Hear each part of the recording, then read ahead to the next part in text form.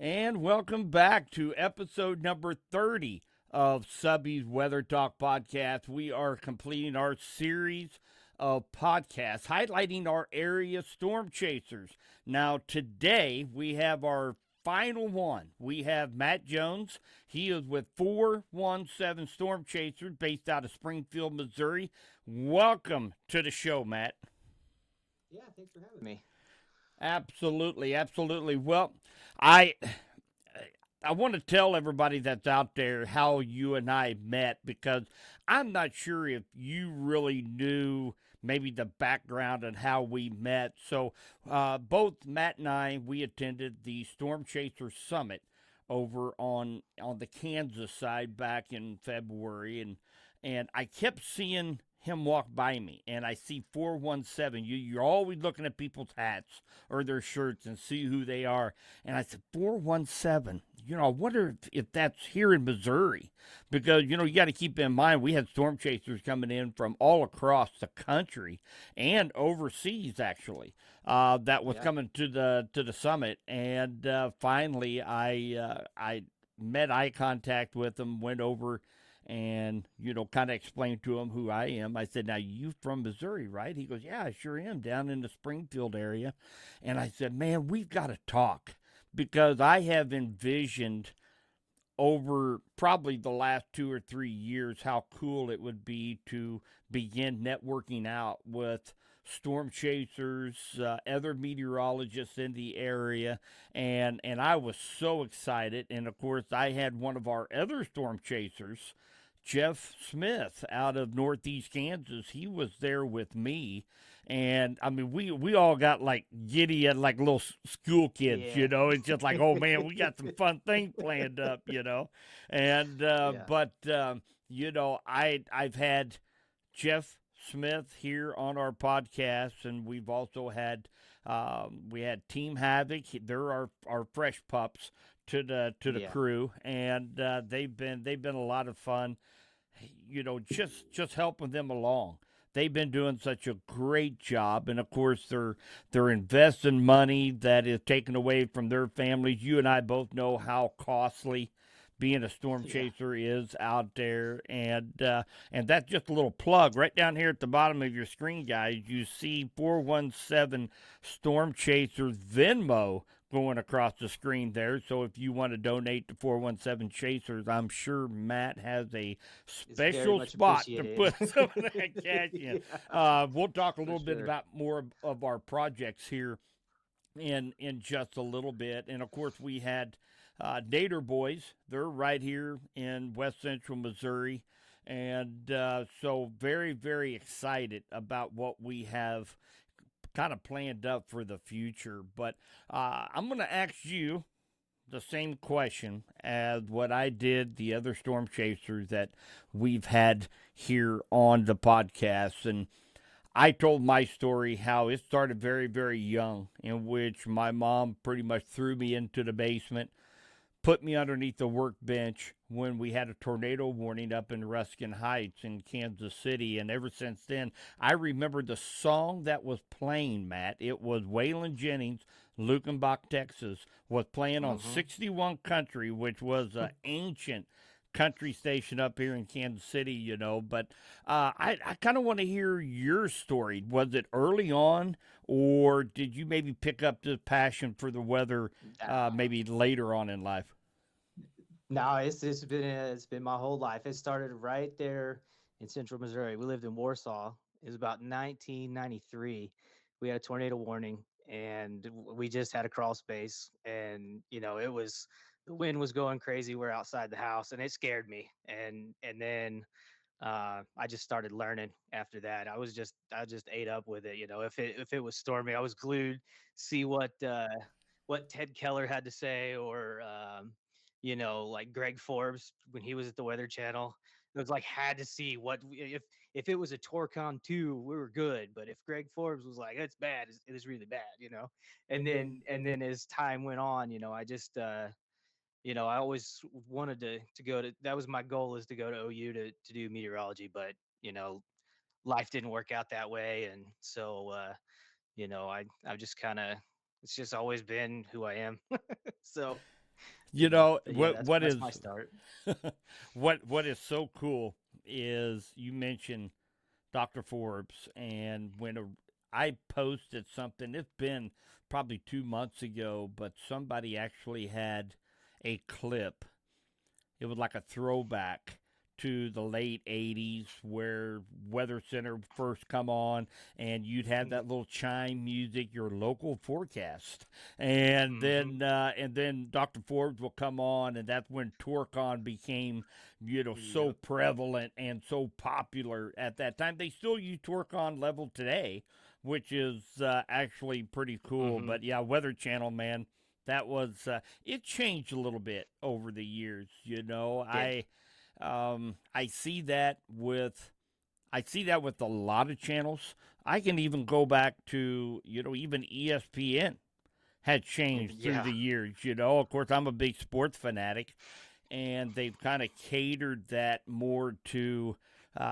There's a lot more advertisements. There's a lot more money making aspects to the Mm-hmm. channels than when they first started off. So of course, I guess it's like that with anything. But Right. so now we talked about our storm chasers that we've been working with, and Mhm. we cover all of eastern Kansas, all of western Missouri now with all of our storm chaser groups. And of course, I'm typically always the guy behind the computer screen following these storms for west central Missouri.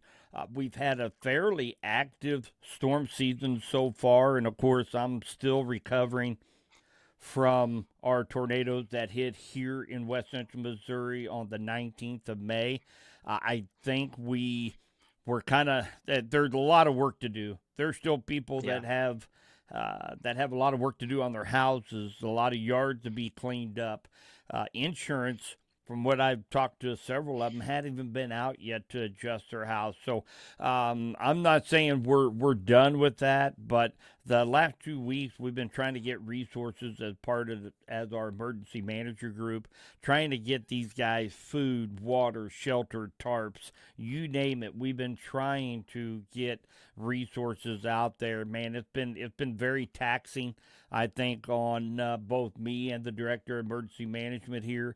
Actually, emergency management for St. Clair County, Benton County, all of us have been working tirelessly to make sure everybody has what they need. So, we've, That was quite a storm. you know what, I it mean, was. it was, I I, took so many screenshots of that storm. I did too. I did too, and I took some Oh. video that, and actually, during our next, we're going to be having. Actually, this is June 1st, so this is Sunday night, and we are going to actually be doing kind of a tabletop, a round table where we're going to have all of us together. We're going to be discussing the severe weather setup, and I would love to. I've made a couple videos right after the storm about the uniqueness of what we've seen on radar, the uniqueness of what we've seen in storm damage that we will likely touch on a little bit tonight. But you came up to me, Matt, here about a month ago and reached out and said, this is great. We've got storm chasers out there giving coverage for eastern Kansas, western Missouri, but you wanted something more, Mhm. something that we could work hard to strive to help out the weather community, the citizens in our community, as well as the National Weather Service. And so we toyed with an idea of possibly coming up with some kind of probe or something that we can actually take scientific measurements while you storm chasers are out there on the field. And that's when we came up with the name Midwest Meso Project. So tell the listeners, Matt, if you would, a little bit about what Midwest Meso Project is all about. Yeah. Well, it was really kind of uh, it's kind of born off of just our chaser group. We had such a good unit or such a good group of guys. And I really wanted to do something more because you've seen, in the weather world, there's some there's lots of research going on, but not a lot that isn't kind of tied to a university. So it was like with the cuts going on with the Weather Service, we could we're there. If there's just a way we can get the readings, it's just another thing we can offer up to try to help them do their job.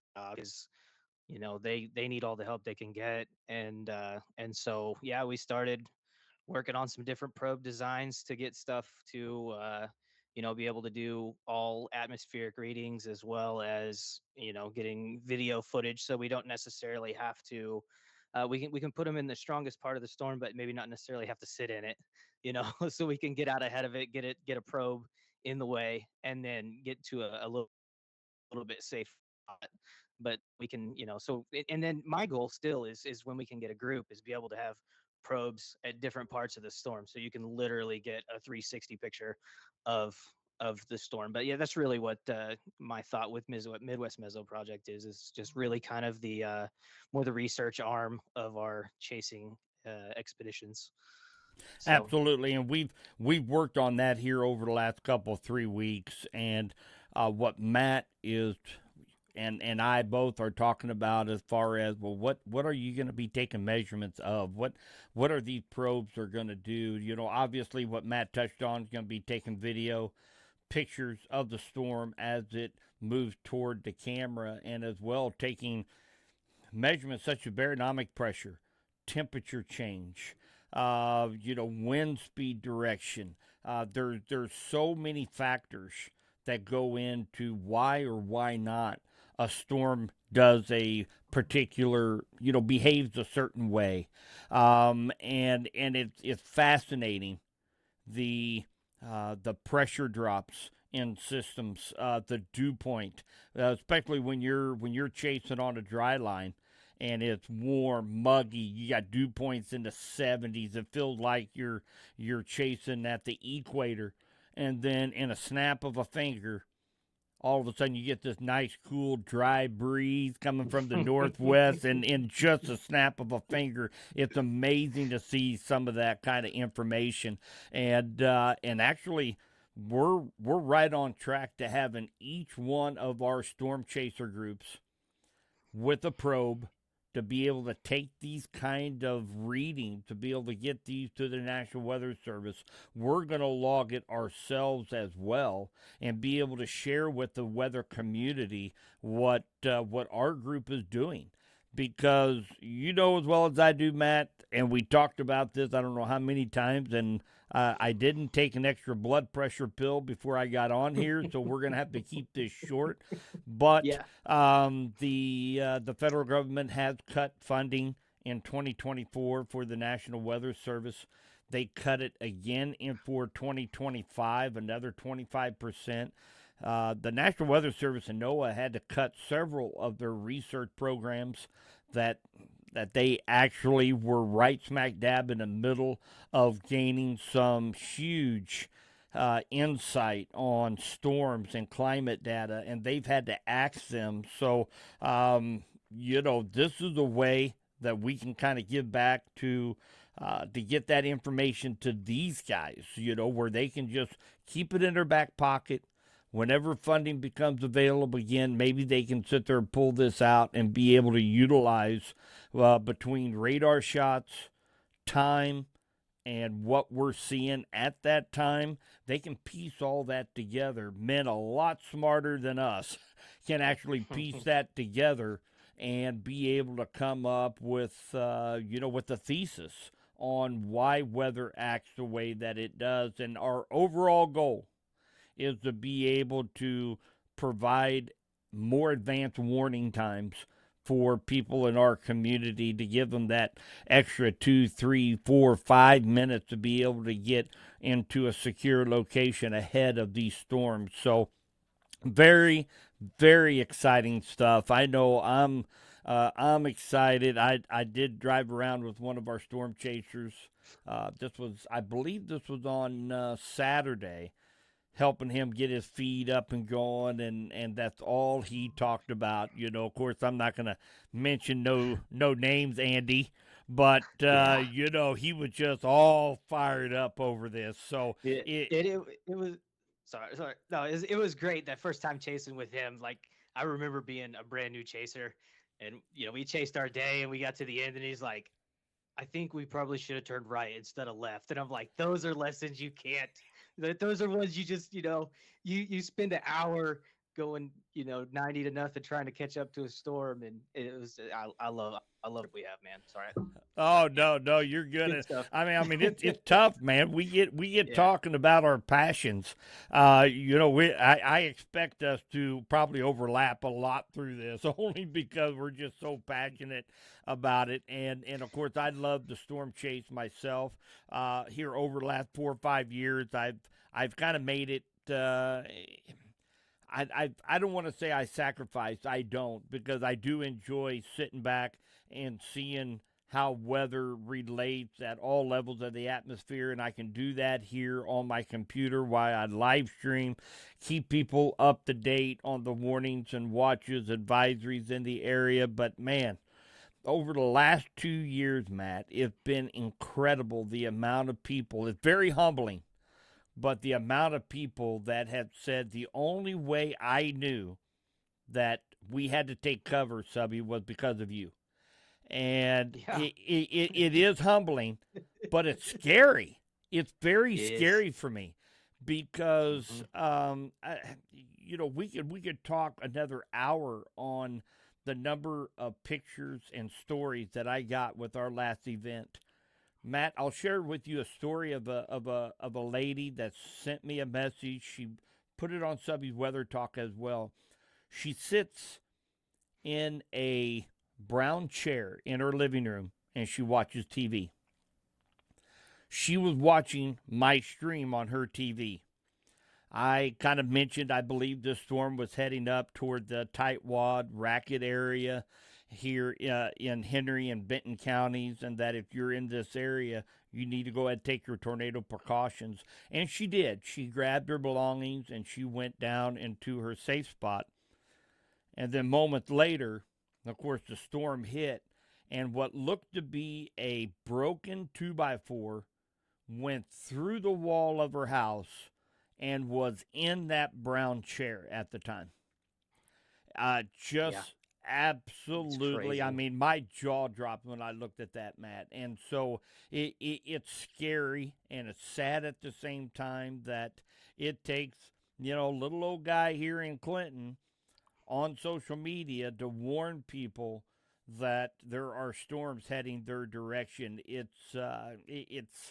I don't want to say it's a lot of pressure. I enjoy to do what I do, but yeah, I think it reaffirms the need to have myself doing what I do, having you guys out on the road telling me what you're seeing on the ground level, so that I can look at radar and we can make a determination of what really is going on and be able to get those warnings out further and further ahead for these people. So just incredible stories on this. Now we sit there talking about all the excitement of storm chasing.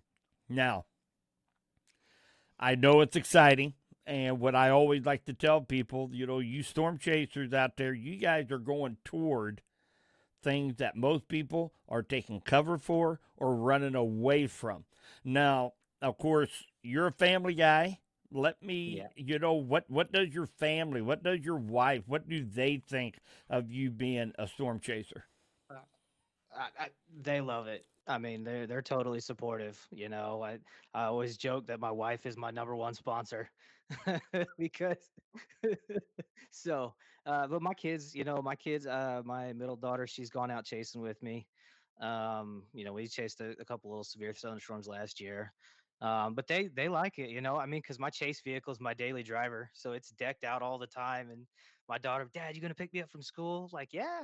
Like, are you gonna bring the Nader wagon? I'm like, yep, I will. I'll be there. And so, Nayer wagon. I love it. yeah, that's what they call it, the Nader wagon. Yep. So, yeah, I mean, my family, they know I'm gonna be safe, and they know this is my passion, and I mean, this isn't necessarily how I make my money, but this is what I was made to do. So yeah, they're great. That's awesome. That is awesome. So, speaking on money, um, you know, Mhm. I always bring this up because man, I see what you guys are spending, and you know, it really does floor me. You take the basic storm chasing rig, and you're going to be out several hundred, if not thousands of dollars now. You know, because you're looking at gas, wear and tear. Of course, our number one thing as a storm chaser you got to have Snacks. snacks. Gotta That's have right, snacks. Matt. That's right. You got to have snacks, and of course equipment as well. So now your chase car, as Mhm. far as the equipment that you have in it, explain to everybody, you know, what does the chase car consist of? Okay, so mine, I have a 2008 Highlander, and so I have a laptop mount set up in there. I run a Canon DSLR out the front. I've got a GoPro for inside the car. I keep a med bag in there, extra camera equipment. I keep a drone. Um, Now we got the probe in there as well, chainsaw. Pretty much just you try to prepare for any situation possible. Like cost stuff to work on a car, air pumps, stuff like that. I mean, just I'm a mechanic by trade, so I got all kinds of tools and stuff, and there's everything you could do anything out of that, but it's extensive. Well, you And then I know, run a weather station. oh yeah, that's exactly the weather station. So that's yet another way we can gunner up more information as well. Now, you mentioned chainsaw. I Mhm, know when we had talked to the other chase groups, I know Isaac, with him being an EMT as well, mhm. he has first aid equipment and supplies because whether you want to or not, you guys are out there on the road. You guys are going to be likely the first responders to anything that happens because you guys are already out there chasing this stuff. So, um, or have you been through any kind of, say, first aid training or anything like that? Yeah, I mean, when my spotting started, I was a volunteer firefighter for like 5 years in Aurora, and so I was the first responder there. And then this year, I recerted at Chaser Summit, got did the stop the bleed class and the just like your basic first aid. That's just kind of trauma is really all I have training for. I don't have any more formal training than that medically wise, but just enough, basic life support. Yeah, Yeah. yeah. So, you know, we talked a lot about the hardware. Not only do we have hardware, now this really hits me on my side of things just as well as you guys. Of course, we have to pay for software such as, Mhm. you know, radar software, roadmap software, GPS. I mean, there's so many things that go into just going out and being a certified storm chaser. So, I know it costs a lot. We have a couple new groups that are in here as well with I call it Meso Project, Midwest Meso Project, and so you know we really tried to get the help of the community.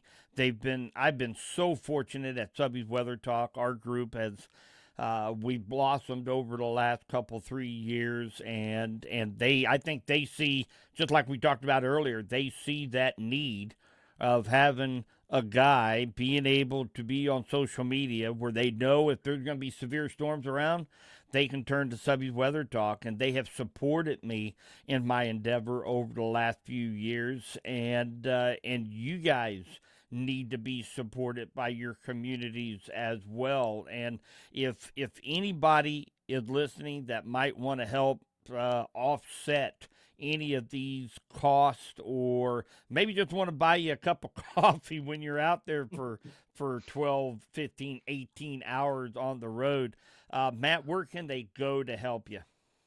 Yeah, our Venmo is Storm Chase 417, and then we have a merch site. We sell T-shirts, hats, stickers, stuff like that, and that's 417stormchasers.com.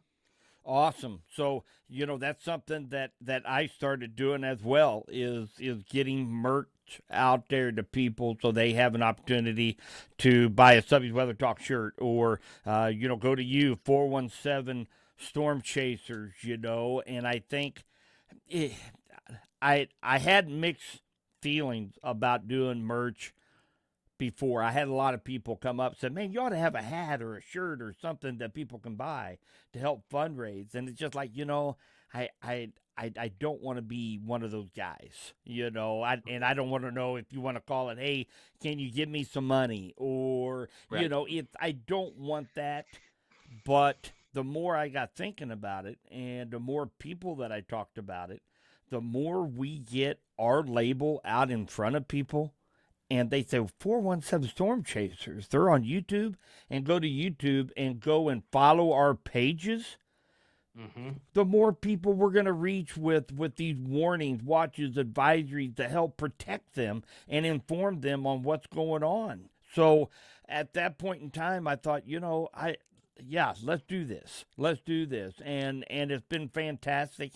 We can help support our passions, our hobbies, our jobs, such as mine, be able Right. to help support with merch. So I think our other storm chaser groups, I think they're kind of they're seeing that too, and I'm sure we're going to start to see. Well, I think Team Havoc already has shirts and hats out there right now, and I'm sure the others are going to be following suit too, and that's a great way as you listeners to be able to help these guys is number one, having a nice looking shirt or a hat, and then be able to know that you're helping in helping your community because you're help funding us to be able to get these warnings out to people a little bit faster.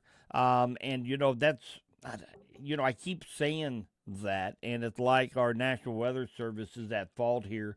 But again, we go back again to where their funding has been cut 2 years in a row, and I'm in constant communication with the guys up in Pleasant Hill, and they had to completely do away with their live storm chaser classes in the spring because they don't have enough help. They got 4 meteorologists that work around the clock. It's not like they work 8 to 5. They work 24/7, 365. So if one guy leaves, the other three are going to have to pick up their slack. So Yeah. they're short on staff. They're trying to cover 37 counties up there, 40 whatever counties down in 417 area. There's Yeah. only so many 31, I eyes. think. Yeah. Yeah. So there's only Yeah. so many eyes that are on a radar screen. So if we can help them out, that's awesome. So, well, man, we here we are. We've rambled on now for 32 minutes, and I still have probably an hour and a half that I could sit there and talk with you, Right. Matt, on different things, Yeah. But I do want to thank you, Matt, so much for being a part of our podcast today, and again, we're going to be doing a live roundtable, is what we like to call it, this evening for Tuesday, June 3rd, potential. Now, I have a feeling that we're going to be doing the podcast is going to be out on all of our platforms, likely tomorrow morning, which would be Monday morning. But just keep in mind that every time we have a severe storm setup, in eastern Kansas, western Missouri. We like to bring all of our chasers together, myself, and we sit, and it's very informal. And we just kind of talk about the setup, talk about maybe where our target zones are going to be. So definitely encourage you guys to keep up to date on all of our social media posts. We try to give reminders out the day of and the day before, so definitely keep up with that. And I utilize on my live stream, I utilize these guys live storm chases. So typically, if I'm, there could be maybe some hail coming out of this cell. Well, you know what? 417 Chasers is underneath that. Let's go peek over there at their live feed, and I'll bring them over. We'll see what the weather conditions are where they're at. So we utilize all of their live feeds within mine, as well as Subby's Weather Talk. And of course, we do that again to help inform and protect everybody out there in our community. So, Matt, do you have any final words today? No. I mean, I love this. Thanks for having me. This is This is like a dream come true.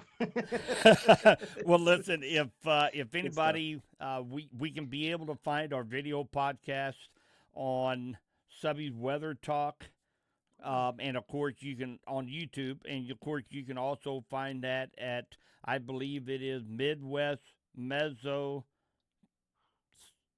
Project What was that, Matt? 2025. Midwest Mezzo Project Midwest, 2025. yes, Midwest Mezzo Project 2025. That is our YouTube that you'll be able to catch our video cast on as well.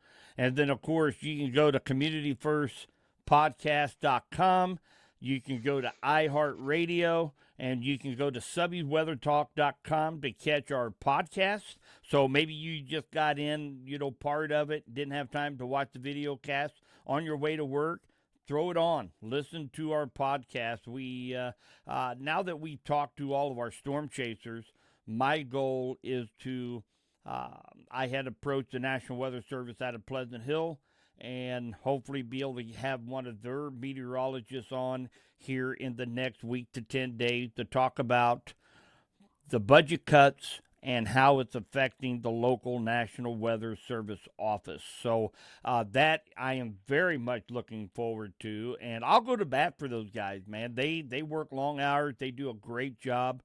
They have to have more funding, because I think it's sacrificing the livelihood of our communities where they serve. So I'm looking forward to that. So again, Matt, thank you so much for being here today, and thanks to all the storm chasers at Midwest Mezzo Project for coming on board and doing these very special video casts. I appreciate that. And until next time, stay weather savvy, my friends.